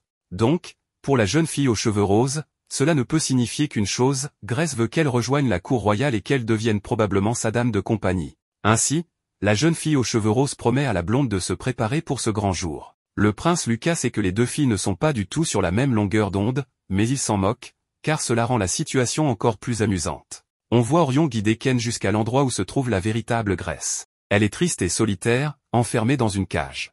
Ken ne sait pas quoi lui dire, car il ne comprend pas bien leur situation. Il lui dit simplement qu'il devrait partir d'ici. Puis, on voit Ken se réveiller. En réalité, ce n'était qu'un rêve. Mais il ne se souvient pas très bien de ce qu'il a rêvé. Dans sa chambre, il voit Josette et Anna, vêtues d'un uniforme de domestique. Aujourd'hui, c'est le jour où la jeune fille aux cheveux roses doit s'entraîner avec les servantes de Grace. Dans le monde réel, Inako sait que c'est la première fois qu'il y a une séquence de rêve comme celle de Ken dans le jeu. Elle ne sait pas exactement ce que signifie le fait que Grace soit enfermée dans une cage, mais elle est convaincue que c'est un indice important. D'ailleurs, l'histoire commence à s'éloigner du scénario principal du jeu. Normalement, pendant les premières vacances d'été d'Anna, le jeu n'offrait que deux options, soit elle restait au dortoir, soit elle rentrait chez elle voir sa famille. Mais maintenant, dans ce monde, une toute nouvelle route s'ouvre, celle où Anna séjourne au domaine Auvergne. Bien sûr, comme Anna est la protagoniste, elle n'a besoin que de quelques jours pour maîtriser toutes les manières et coutumes fondamentales d'une dame de haute société. Maintenant, elle veut découvrir les différentes fonctions des domestiques de Grace. Elle sait que cela sera crucial, car un jour, elle devra probablement engager ses propres serviteurs. Grace lui conseille d'être attentive à tout, car ses connaissances lui seront sûrement utiles dans le futur. Mais Anna, elle, est juste excitée à l'idée d'apprendre tout ce qu'elle peut, pour le jour où elle servira personnellement la reine Grace. Anna et Josette étaient chargées de faire le lit. Soudain, Josette se laissa tomber sur le matelas, mais ce n'était pas pour s'amuser. Elle avait appris de la gouvernante qu'il fallait toujours considérer les choses du point de vue du maître. Ainsi, à moins de s'allonger comme Grace le faisait, elle ne pouvait pas évaluer la fermeté du lit ni vérifier si le plafond était exempt de problèmes. Anna essaya à son tour, mais se laissa rapidement emporter par le confort et l'agréable parfum de graisse imprégné dans les draps. C'était comme si elle fondait dans son étreint. Elle se ressaisit aussitôt, essuya sa salive et se remit au travail. Inako commençait à s'inquiéter de la tournure que prenaient les choses. Assise avec Mathilde, Anna voulut percer le secret de la coiffure de Grace. Mathilde, ravie, lui expliqua alors qu'elle utilisait son enchantement natif. Il s'agissait d'un type de magie spéciale propre aux hommes bêtes, dont certains naissaient dotés, mais qui ne pouvaient pas être enseignés. En fait, tous les hommes bêtes ne naissaient même pas avec la capacité d'utiliser la magie. L'enchantement de Mathilde lui permettait de chauffer tout ce qu'elle tenait dans ses mains. La chaleur était suffisamment intense pour faire bouillir de l'eau, mais pas pour générer des flammes. Bien que limitée à certains égards, elle savait que cette capacité pouvait être utile. Sa première idée fut de l'utiliser pour le repassage. Elle voulait à l'origine s'en servir pour défroisser toutes sortes de tissus. De nombreuses dames aux tenues élégantes devinrent alors ses plus fidèles clientes. Jusqu'au jour où elle fut engagée par la dame du domaine d'Auvergne. C'est ainsi qu'elle devint domestique, responsable du repassage. Le salaire était suffisamment bon pour qu'elle puisse nourrir tous ses frères et sœurs. Elle se sentait redevable envers la duchesse d'Auvergne. Lorsque Grace était encore bébé, elle venait souvent observer Mathilde repasser avec fascination. Mais un détail la troublait toujours. Un jour, elle proposa alors d'aider avec les cheveux de Grace. Ayant l'habitude de coiffer ses jeunes frères et sœurs, elle pouvait, grâce à sa magie, réchauffer ou refroidir des mèches pour les rendre bouclées ou lisses. Grace adorait son travail, et depuis, Mathilde était devenue sa coiffeuse attitrée. Cela lui valut même une augmentation de salaire. Elle se sentait bénie d'être née avec cet enchantement. Josette n'avait jamais vu Grace se mettre en colère contre Mathilde, même dans ses périodes les plus redoutables. Mais Mathilde, elle, ne pensait pas que Grace puisse se fâcher sans raison valable. Plus tard, Olive, la gouvernante en chef, se présenta comme l'instructrice d'Anna à partir de maintenant. Elle commença par lui expliquer les origines de Grace, mentionnant son frère aîné, Lord Adrien, qui étudiait actuellement à l'étranger, et sa mère, la duchesse Jacqueline, qui se reposait à la villa familiale. En d'autres termes, seule Grace et son père résidaient actuellement au domaine. En ce moment même, 300 domestiques y travaillaient. Le domaine d'Auvergne s'étendait sur un vaste terrain.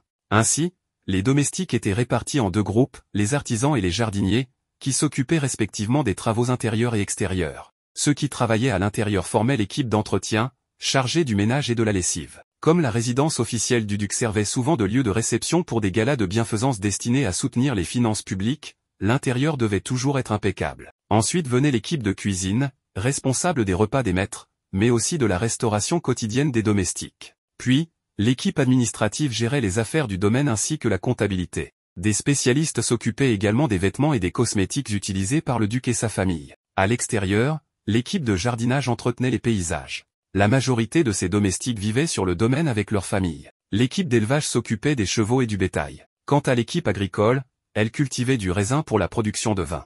À la fin de la journée, Anna était impressionnée par tout ce qu'il fallait pour faire fonctionner le domaine. C'était plus une petite communauté qu'une simple résidence. Même Inako ignorait l'existence d'un guide aussi détaillé sur le domaine. Ce qui était logique, car en temps normal, on ne consacrerait pas autant de l'or à la famille d'une antagoniste. Inako commençait à soupçonner que cet univers n'était pas qu'un simple monde de jeux vidéo, mais peut-être bien un véritable monde parallèle qui lui ressemblait fortement. Soudain, Anna et les domestiques furent surprises par l'apparition de Grace, vêtue d'un uniforme de domestique.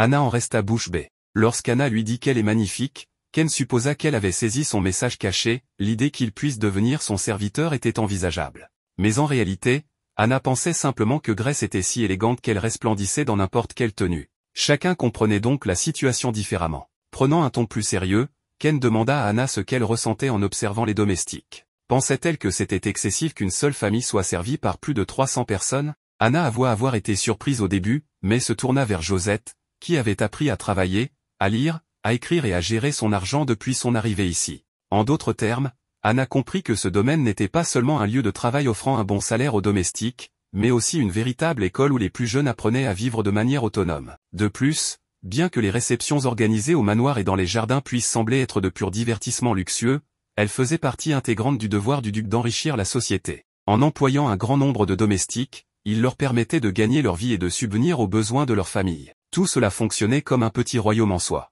Ken prit la main d'Anna et la félicita, affirmant qu'il avait eu raison de la mener ici. Il était persuadé qu'elle se tiendrait un jour parmi la noblesse et utiliserait son influence pour améliorer la vie de tous. Anna partageait cette ambition de perfectionner ses talents, mais une fois de plus, il n'était pas du tout sur la même longueur d'onde quant à l'identité de la future reine. L'Académie royale de magie était en vacances d'été, mais Grace et Anna continuaient d'y assister. Plus précisément, elles se rendaient dans la voûte souterraine, un lieu rempli d'armes et d'artefacts magiques transmis à travers l'histoire de l'Académie. Des barrières magiques avaient été érigées pour protéger la voûte, mais elles perdaient une grande partie de leur puissance lors de la pleine lune en plein été. C'est à ce moment-là que le conseil des étudiants intervenait pour effectuer des inspections et de l'entretien. Anna était un peu inquiète au départ, mais Grace l'assura que tout irait bien tant qu'elle suivait les directives de leurs aînés. En rejoignant le reste du conseil, Lucas résolut l'un des artefacts magiques ressemblant à un Rubik's Cube, déclenchant une lumière éclatante, et en un instant, tous les garçons avaient disparu. Les deux filles se demandèrent où tout le monde avait bien pu disparaître. Anna comprit rapidement que tous s'étaient retrouvés piégés à l'intérieur de la boîte étrange. Ken identifia immédiatement l'objet comme un Rubik's Cube. En entendant Anna admettre qu'elle ne savait pas ce que c'était, il réalisa que ce monde ne connaissait tout simplement pas l'existence des Rubik's Cube. Elles pensèrent qu'il serait préférable de demander de l'aide au professeur, mais elles se retrouvèrent soudain à flotter dans l'espace. La porte devant elles disparut. Ken en déduisit que l'objet contenait une forme avancée de magie terrestre capable de manipuler l'espace. Se rappelant que les couleurs correspondaient plutôt, il tenta de résoudre une face du cube, ce qui fit apparaître Virgile hors du cube. Ce dernier expliqua que cet artefact magique était connu sous le nom de labyrinthe des épreuves et qu'il était conservé à l'Académie depuis plusieurs décennies. Il était normalement protégé par une barrière, mais aujourd'hui, cette barrière était presque inefficace. Et bien sûr, Lucas avait manipulé l'objet, alignant toutes les faces du cube et déclenchant ainsi le labyrinthe. Il devait y avoir un moyen de le désactiver. Et soudain, une corbeille tomba juste devant eux. Sur celle-ci, Virgile lut l'énigme suivante, « Qui suis-je » Contemple le déluge au-dessus et la flamme en dessous. Anna et le prince ne comprenaient pas le concept, ce qui fit réaliser à Ken que ce monde ne connaissait pas les énigmes. Il introduisit alors l'idée d'un casse-tête et supposa que, puisque cette épreuve faisait partie de ce monde, il fallait utiliser la magie pour montrer la réponse. Invoquant Orion, il remplit la corbeille d'eau et alluma un feu en dessous. La réponse à cette énigme était bien sûr un bain. Virgile et Anna furent impressionnés par le génie de Grace. Anna était persuadée qu'elle seule aurait pu résoudre l'énigme, étant donné que Grace était la seule à posséder les deux attributs magiques nécessaires. À ces mots, Ken réalisa que l'épreuve était probablement censée être résolue grâce à la coopération de deux personnes. Cette énigme était prévue pour qu'Anna la résolve avec l'un de ses prétendants, mais à la place, Ken venait d'augmenter son niveau d'affection avec elle. En entrant dans la pièce suivante, Virgile fut soudainement aspiré de nouveau dans le cube. Les faces s'étaient de nouveau mélangées. Ken supposa que cet événement invoquait probablement un prétendant aléatoire pour chaque épreuve, afin d'accroître son lien avec Anna après sa résolution. Le seul problème était que Ken savait qu'il ne pourrait pas résoudre plus d'une ou deux faces du cube au mieux. En résolvant une face à nouveau, Lambert fit une entrée spectaculaire. Il les remercia, expliquant qu'il avait pu observer toute la situation depuis l'intérieur du cube et qu'il devait simplement résoudre ses épreuves. La prochaine épreuve commença. Anna lut, il marche à 4 pattes le matin, sur 2 jambes l'après-midi, et sur 3 jambes le soir. Représenter cette créature au sommet des pierres. Une énigme classique. Ken savait que la réponse était évidemment l'homme, mais il ne savait pas comment la représenter sur les pierres. Il commençait à perdre patience en entendant les autres admettre qu'ils n'avaient aucune idée de la réponse. Voulant faire progresser leur relation, il leur donna un indice qui permit à Anna de résoudre rapidement l'énigme. Ensuite, Lambert désigna les pierres et invoqua sa bête pour qu'elle remplisse les trous. Il ne leur restait plus qu'à monter sur les pierres en imitant la posture à 4 pattes, sur 2 jambes, puis avec un bâton symbolisant la 3e jambe. Mais en réalisant que Grace devrait peut-être se mettre à 4 pattes pour l'une des positions, Anna tenta de prendre sa place. Cependant, Lambert l'arrêta et se porta volontaire à la place. 4 pattes le matin, 2 l'après-midi et 3 le soir, ils résolurent l'énigme. Avant de passer à la prochaine épreuve, Grace exprima sa gratitude envers Lambert, le qualifiant d'exemple éclatant de ce qu'un aristocrate devrait être. Il répondit simplement qu'il avait fait son devoir en tant que gentleman et demanda à être convoqué de nouveau pour l'épreuve suivante. Malheureusement pour lui, Grace n'en avait absolument pas l'intention. Inako n'en revenait pas que cet événement de vacances d'été du jeu prenne une telle tournure. Elle avait un mauvais pressentiment, tout cela allait finir par faire tomber encore plus de personnages sous le charme de son père. Elle devait absolument trouver un moyen pour qu'il résolve rapidement les énigmes et termine l'événement avant que cela n'empire. Lors de l'épreuve suivante, Pierre trouva rapidement la solution. Ken lui suggéra alors d'utiliser sa magie de l'eau sur les anneaux suspendus au-dessus d'eux. Cependant, ils découvrirent alors que Pierre souffrait d'une peur paralysante des hauteurs. Ken prit donc les choses en main et résolut l'épreuve, tandis que Pierre retournait au cube, honteux. En résolvant 2 faces à la fois pour l'épreuve suivante, Auguste et Richard furent invoqués simultanément. Curieux de découvrir la nouvelle épreuve, ils aperçurent soudain un minuscule Lucas sur le perron d'une toute petite maison. Lorsqu'il entra à l'intérieur, une nouvelle énigme apparut, cette cabane est le refuge d'un voyageur. Qu'est-ce qui pousse le voyageur à retirer son manteau? Prouvez que ce n'est pas le vent glacial, mais bien le soleil éclatant. Apparemment, Anna connaissait cette énigme, ils avaient bien la fable du vent du nord et du soleil dans ce monde. Richard se mit alors à jouer du tambour, expliquant qu'il était coutume dans le sud de jouer un morceau pour saluer les voyageurs. Le petit Lucas ouvrit la porte, mais dès que Richard se mit à chanter, il rentra précipitamment dans la maison, visiblement peu enchanté par la prestation. Ken décida alors de tenter sa chance. Ayant une certaine expérience en matière de percussion grâce à un jeu de rythme, il entonna Galaxy Express 999 du groupe Godiego, un morceau des années 70.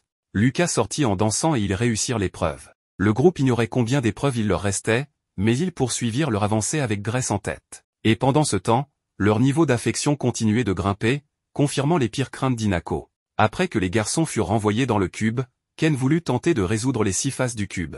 Hinako, elle, souhaita pouvoir aider son père d'une manière ou d'une autre. Elle se souvint alors que lorsqu'elle était en primaire et qu'elle lui avait demandé de l'aider à résoudre un Rubik's Cube, il avait admis ne pas être assez doué pour en aligner toutes les faces. Mais elle se rappela soudain d'un petit tour qu'il lui avait enseigné. Orion apparut soudainement, et Hinako fut surprise de voir qu'elle pouvait contrôler cette partie du jeu. Elle lui ordonna de s'emparer du cube et de le démonter exactement comme son père l'avait fait autrefois. Ensuite, ils remirent les pièces en place afin que toutes les couleurs correspondent. Ken réalisa que c'était la même méthode qu'il avait utilisée avec sa fille. Mais malheureusement, le cube ne valida pas cette solution. Toutefois, en voyant le cœur du cube, Anna se sentit déterminée à le résoudre elle-même, et elle y parvint, tout fut restauré. Voyant tout le monde féliciter Anna, Ken fut satisfait, car cela signifiait probablement qu'elle avait obtenu un gros boost dans les niveaux d'intimité des garçons. Mais alors qu'ils le fixaient tous, Anna remercia Grace pour tous les indices qu'elle lui avait donnés. Les garçons réalisèrent que Grace aurait pu résoudre toutes les énigmes elle-même, mais qu'elle avait volontairement laissé des indices pour permettre à Anna d'apprendre par elle-même. Tout le bâtiment était en train de tomber sous le charme de Grace. C'était l'effet spécial le plus puissant pour un boost d'intimité qu'Hinako ait jamais vu.